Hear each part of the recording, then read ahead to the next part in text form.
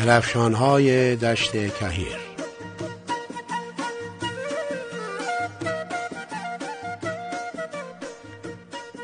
برای رسیدن به تپه‌های گلفشان باید در جاده چابهار به بندرعباس 60 کیلومتر از دوراهی کنارک به سمت دشت کهیر برانید.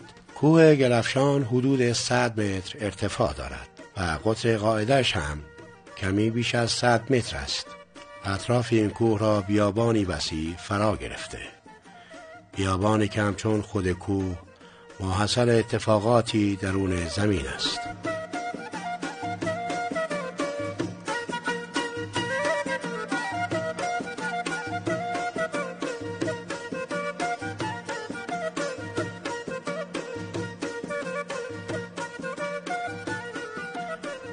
اگر هنوز قانع نشده اید که به سرزمین شگفتی ها قدم گذاشته اید، باید به جایی بروید که مشابهش را هیچ کجای ایران ندیده اید.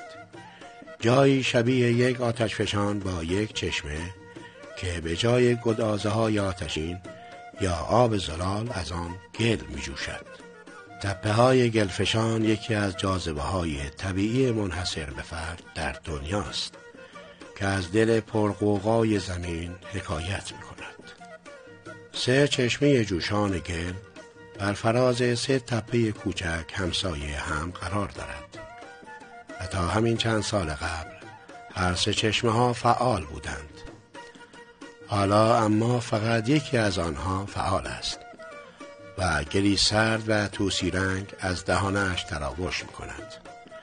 آن بالا صدای ترکیدن حباب‌های گلی سکوت را می شکند. صدای هیجان انگیز که بازدید کنندگان را به وجد می آورد.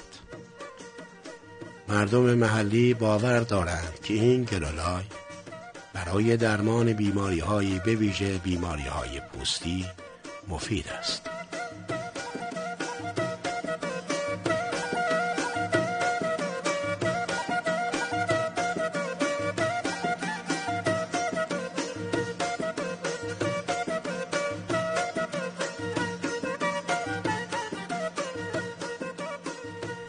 بالا رفتن از کوه اگر فصل بارندگی نباشد تقریبا راحت است. در بالاترین نقطه کوه چاله‌ای به قطر کمتر از 1 متر و به عمق حدود نیم متر وجود دارد که با گل پوشیده شده و در فواصل زمانی حدود 1 دقیقه مقداری گل با صدای ترکیدن یک حباب از چاله خارج و به اطراف پراکنده می شود.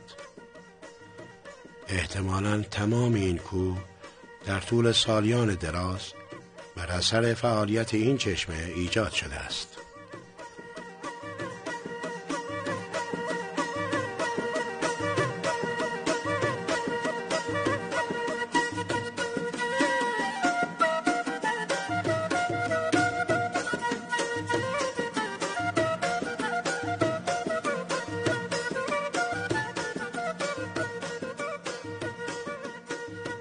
چند سال پیش اینجا اتفاق جالبی رخ داد که هنوز هم برای ساکنان منطقه عجیب است.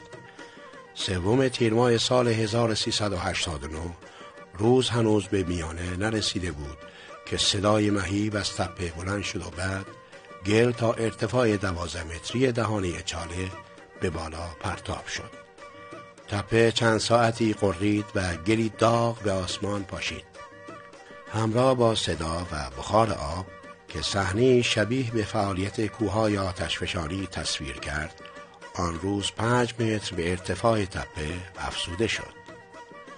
کسی چه می‌داند؟ شاید شما هم شاهد این تصویر یگانه طبیعت مکران باشید.